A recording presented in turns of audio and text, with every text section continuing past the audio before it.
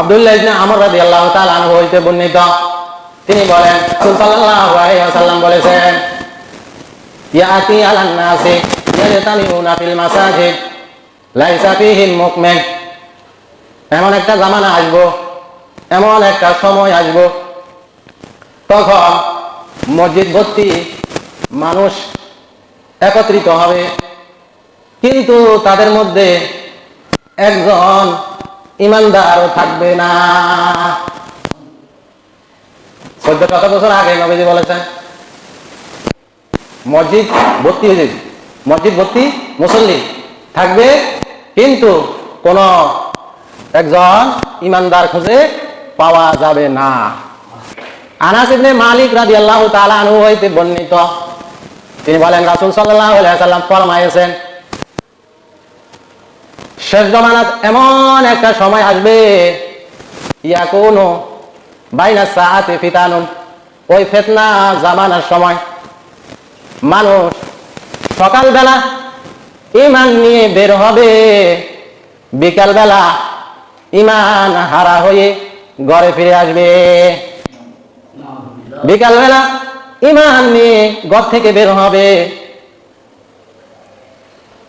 সেই ঈমান হারা হয়ে ঘরে ফিরে আসবে। তিনি বলেছেন শেষ জামানাতে দিন বিক্রি করা হবে। কেউ বলবে তোমাকে 20 টাকা দিলাম দেশের দায়িত্বে বসার জন্য, আমারে তোমার ভোটটা দিয়া দিও। 20 টাকার লোভে পড়ি সে ভোট দিয়া দিছে একজন চোরের, একজন ফাসিক, একজন মুনাফিক, খারাপ লোক, একজন সমাজের খারাপ লোককে সে ভোট দিয়া দেশের দায়িত্বে বসাইছে। এখন যার কলব পরিষ্কার নাই, আল্লাহর ভয় নাই, তাকে যদি 10 ভরি স্বর্ণ দিয়া আপনি বলেন যে 3 দিন পরে এগুলো আমার কাছে আবার ফেরত দিস, তো যার চরিত্র নাই, যে দুনিয়ার সম্পদের লোভী, যার ঈমান নাই, এই 10 ভরি স্বর্ণ আমানত রাখার পরে এগুলা ফেরত পাওয়ার আশা আর করণ যাবে না। হ্যাঁ, যার ঈমান নাই তাকে যদি 10,000 টাকা দাম দেন, ঈমান অর্থ হচ্ছে বিশ্বাস। ঈমান অর্থ কি? বিশ্বাস। এখন একজন আসলো আমাকে 10,000 টাকা দাম দেন, এখন আপনি চিন্তা করলেন দেওয়ার পরে সেই টাকাটা আমাকে দিবে কিনা, দুটা বিশ্বাস আপনার, হয়তো দিব, একটা ধারণা বিশ্বাস আনলেন যে সে আমার টাকাটা ফেরত দিব, এই বিশ্বাস রাখা যায় এটা, অথবা না সেই টাকাটা দেওয়ার সম্ভাবনা নাই, কারণ তার চরিত্র এত ভালো না। এই একটা বিশ্বাস, মন্দ বিশ্বাস আর ভালো বিশ্বাস, ঠিক না? তো ঈমান অর্থ হচ্ছে বিশ্বাস করা আল্লাহর উপরে। ঈমান অর্থ কি? বিশ্বাস করা যে আল্লাহ আছেন। আবু হুরায়রা রাদিয়াল্লাহু তাআলা আনহু হইতে বর্ণিত, ইয়াউমাল লিন্নাস, মানুষ একত্রিত হয়ে বসে রয়েছে, নবীজি সাল্লাল্লাহু আলাইহি ওয়াসাল্লাম তিনিও সেখানে বসা। ফাতাহু জিবরাইল, এই সময় জিবরাইল ফেরেশতা নাজিল হয়েছেন, অবতীর্ণ হয়েছেন, তিনি এসেছেন। জিবরাইল ফেরেশতা কি ঢাকা থেকে আইছে না লক্ষ্মীপুর থেকে আইছে? কোথা থেকে আইছে? না, জিবরাইল ফেরেশতা আইছে আরশ আজিম থেকে, আল্লাহর বার্তা নিয়ে। জিবরাইল পৃথিবীর জমিনে এসেছেন 24,000 বার হযরত মুহাম্মদ সাল্লাল্লাহু আলাইহি সাল্লামের নিকট।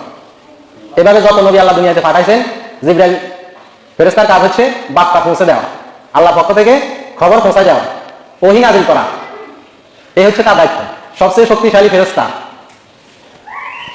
যে ফেরেশতা একবার ডানা নাড়া দিলে 600 মাইল অতিক্রম করা সম্ভব, কিন্তু সেই ফেরেশতাও জান্নাত জাহান্নামের এই পারে থেকে ওই পারে যেতে সক্ষম হয়নি, এত শক্তি থাকার পর। জিবরাইল ফেরেশতা বলছিল যে আপনাকে যারা কষ্ট দেয় আপনি বলেন পাহাড়টারে আমি উপরে উঠাই, এভাবে একটা চাপ দিই।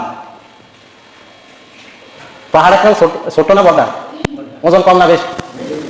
ওই মুসা আলাইহিস সালাম বলছিল যে, মুসারে বলছিল যে হে মুসা, আপনি যদি অনুমতি দেন আমি এখানে শুধু একটু চাপা দিই পাহাড় মুসা করে। তো মুসার উম্মত ছিল একটু টেরা, বনি ইসরায়েলের লোক, বনি ইসরায়েল থেকে অনেক নবী আসছে, তো তারা অনেক অপকর্ম করছে। ফেরাউনের আল্লাহ নীল নদে ডুবাই দিয়ে তাদেরকে পৃথিবীর দায়িত্ব দিছে, সম্পদের মালিক বানাই দিছে। তারা ছিল দুর্বল, অসহায়, তাদেরকে আল্লাহ ক্ষমতা দিছে। কিন্তু মুসা যখন পাহাড়ে গেছে তাওরাত নাজিল হবে, তখন তারা একটা গরুর বাছুর পূজা করা শুরু করছে। কি বুঝলেন? ফেরাউনের দল সব নীল নদে ডুবাই তাদেরকে ওই পারে উড়াই দিচ্ছে, ঠিক না? বুঝছেন? আলোচনা সেদিকে চলে গেছে, আলোচনা আসলে সেদিকে না, আজকের আলোচনা হইলো ঈমান কাকে বল। তো জিবরাইল ফেরেশতা আছে না, তো তিনি আসি এত মানুষের ভিতরে, তিনি আসি নবীজির সামনে বসলেন নামাজের সুরতে, বসে বললেন, মাল ঈমান, ইয়া রাসূলুল্লাহ, ঈমানটা কি? ফাকালু ইয়া রাসূলুল্লাহ, রাসূল সাল্লাল্লাহু আলাইহি সাল্লাম বললেন, ঈমান হচ্ছে আমানতু বিল্লাহি, আল্লাহর উপরে বিশ্বাস করা, ঈমান আনা, ওয়া মালাইকাতিহি, ফেরেশতাদের প্রতি বিশ্বাস করা, ফেরেশতা আছে,